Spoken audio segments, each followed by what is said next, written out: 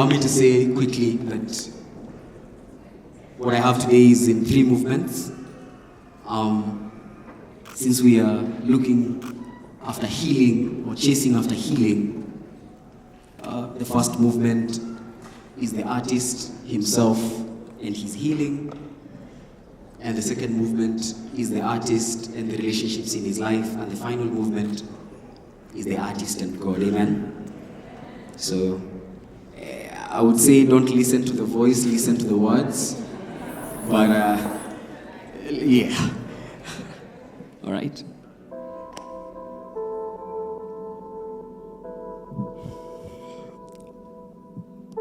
Have you ever been depressed? Have you ever felt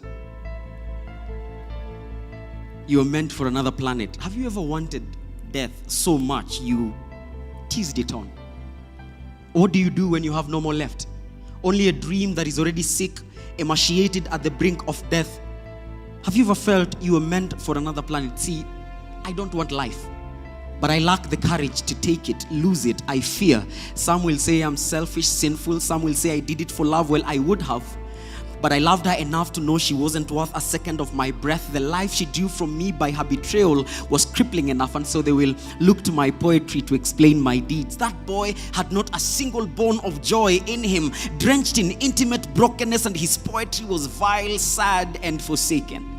I was born ever seeking questions. Why am I a poet? Why am I this short? Why are my ears this small, my nose this big, my teeth this big? Why do I cry over the stupidest things, yet it took me 7 years to cry for my own mother? Why do people go to church? Why do you lift your hands? Why does the world think I am strong? I am not. I was, until my strength bore my weakness, and now I am nothing but nothingness and wholeness. And how can you shine when you have nothing inside of you but darkness? I am so broken down. If I go down on my knees again, I think God will strike me dead. So I do nothing, but nothing is the hardest thing to do, so I be nothing. Cry, my heart said. Nothing beats the magic of tears. I tried to die. I didn't know how to tie a knot, stab with a knife, pills. I wonder what would hurt less. But see, I've never killed myself before, but even then, I already died, and this is just but a formality. I saw a community that came together to send their son to this haven of opportunity. And they felt cheated out of a dream they helped build. I wish I could tell them. I wish I could tell them I get weak too. I get lonely. I get overwhelmed. But you see, I have no luxury for weaknesses, because Tom and John and Agnes and everybody else have been taught to follow in my footsteps. And so their hearts will also be broken.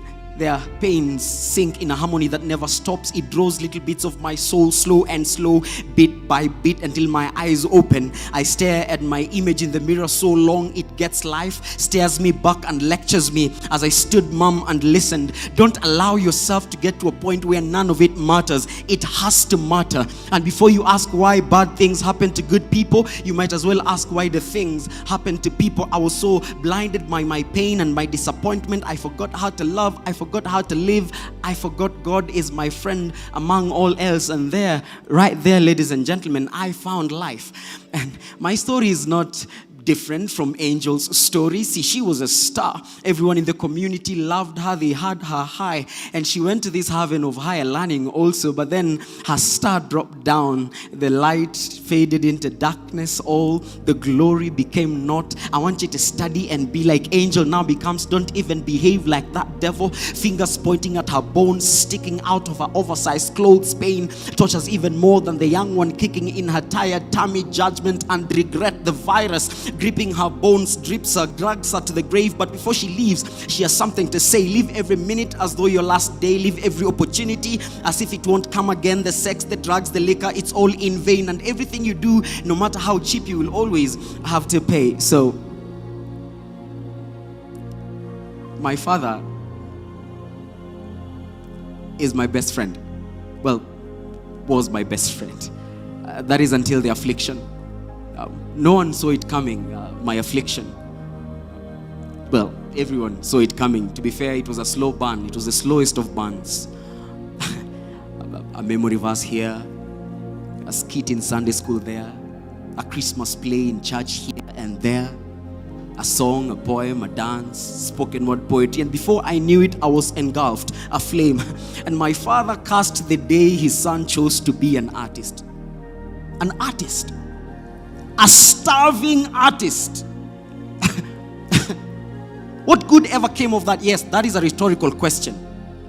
You want to die a pauper? Yes, another rhetorical question. Whatever happened to becoming teachers like other normal sons? Or even like your mother, God rest her soul, respectable, dependable. And the disapproval in his eyes burned so hard my insides boiled and churned. Always the hard way, the highway. I couldn't stand in my father's presence and he couldn't stand mine. We won't say it, but we miss each other. And I hated myself for a while. Drifting like an island farther and farther away from home, a hermit, exiled and depressed, desperate for family. At my lowest yet, touching rock bottom, see my eyes were opened, I lifted my eyes. Moses, what's that in your hand? See, the Lord used my art to bring me back to life. He used my art to give purpose to my life, purpose to my voice, purpose to service. This art is a pulpit. Art healed, Christ healed. And so I stand here before you, behind this mic with all my passion, serving the story of my life, pouring my heart like a cup of passion. The audience is on their feet, thundering snaps, then snap. I'm choked, I'm stuck, I can't speak, I can't move. Who's that in the audience? My father. He walks towards me. My son, he says, we embrace. He's crying, I am crying, everybody is crying. A father and a son reunited. Reconnecting with my father is the single most miraculous blessing of my life. And it moved me closer to the feet of Christ. See, my father is my best friend. My heavenly father was my best friend. Not until the affliction. Not until I bit of the fruit. Not until I bit of the fruit and comprehended of the pleasures forbidden. A fleeting heaven lasted only seconds, and now I am desperate for true heaven, true love of the Father and of the Son, given, forgiven, for all given. And now I am desperately crawling to the heart of worship, to be broken at the feet of my Father. I died a second death, first, fourth, third, endless. I died to sin. Me is gone, myself is choked. I stare at death, death of sin. The cold glance of death stares back at me. Nothingness, oblivion, body with no soul, soul with no life, life with no Christ, no meaning, meaning that means nothing at all. I want life. And so here I stand, prodigal, in the shadow of the cross,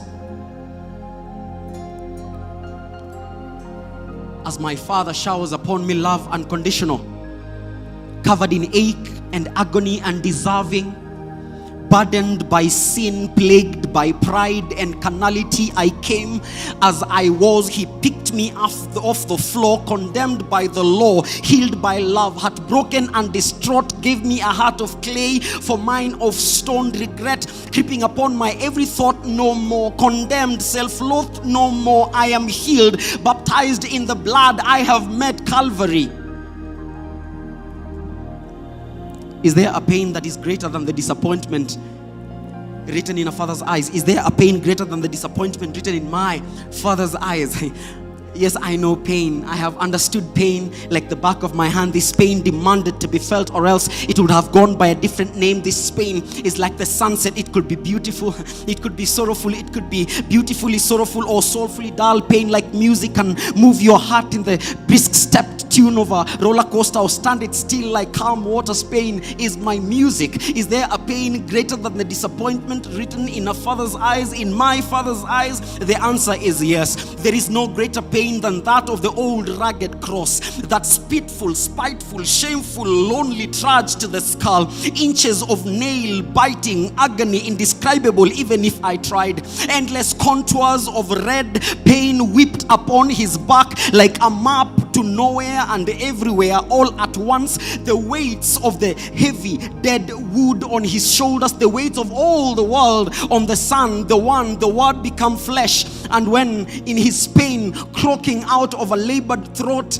with his insides eating through him with pain, his stomach meeting his back in wailing, and his ribs counting across his skin like a translucent steel, with every inch of his being, every inch of him throbbing in untold suffering, still he says, Father, forgive them. What greater love? What greater love? So here I am, dragging myself to the feet of Christ. This is not just a poem, a contingent of meaningless words and rhyme. This is the voice of my heart, because in him I found life. And so I died, I will die again, I will rise and I will keep coming again. I will fall and I will rise, and I will come as I am, I will fall, I will rise, I will come as I am, I will fall, I will rise and I will come as I am, because he is my Father, a Father and a Son is eternal. Amen. Thank you.